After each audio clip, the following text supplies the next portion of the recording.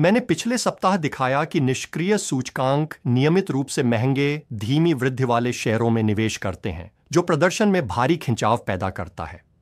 यहां मैं उस प्रदर्शन की कमी के पैमाने को मापता हूं।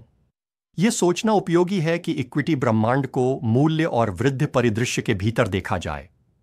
कुछ शेयर महंगे होते हैं उच्च मूल्य से आय अनुपात के साथ, अच्छे कारणों से उनमें उत्कृष्ट विकास की संभावनाएं हैं। लेकिन महंगे शेयरों के बारे में क्या जिनकी विकास संभावनाएं कम हैं?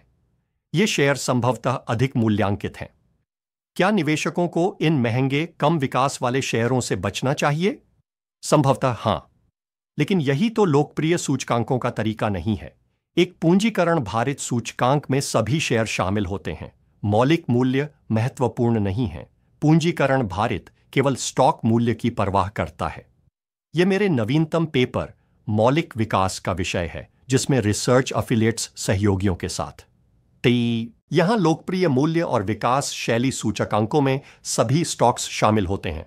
उदाहरण के लिए, रसेल 8000 मूल्य और रसेल 1000 विकास का समान रूप से भारित पोर्टफोलियो रसेल 1000 के निष्क्रिय संस्करण के समान है। इसीलिए जो स्टॉक्स मूल्य पोर्टफोलियो में शामिल नहीं हैं, वे विकास पोर्टफोलियो में शामिल होते हैं और वाइस वर्सा।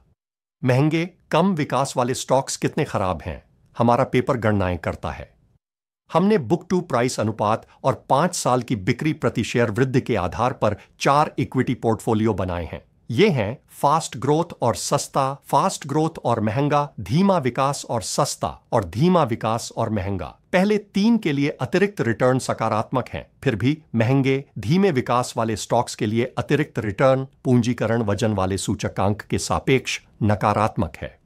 यह जोखिम समायोजित रिटर्न के साथ भी नकारात्मक है। हमारा पेपर यह भी दर्शाता है कि यह प्रदर्शन समय के साथ स्थिर रहता है। पिछले 55 वर्षों में स्लो ग्रोथ और महंगे पोर्टफोलियो का प्रदर्शन एक निष्क्रिय कैप वेटेड इंडेक्स से लगभग 2% प्रति वर्ष पीछे है।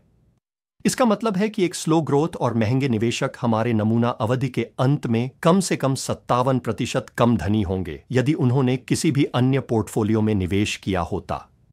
तो विकल्प क्या है? 2 स्पष्ट विकल्प हैं। पहला, सभी स्टॉक्स के कैपिटलाइजेशन वेटेड पोर्टफोलियो में निवेश करने के बजाय हमें महंगे, धीमे विकास वाले स्टॉक्स को फिल्टर करना चाहिए। दूसरा, स्टाइल इंडेक्स को अपने स्टाइल पर ध्यान केंद्रित करना चाहिए। ग्रोथ को ग्रोथ पर और वैल्यू को वैल्यू पर ध्यान देना चाहिए। कम विकास, महंगे स्टॉक्स का कोई स्थान दोनों स्टाइल इंडेक्स में नहीं है।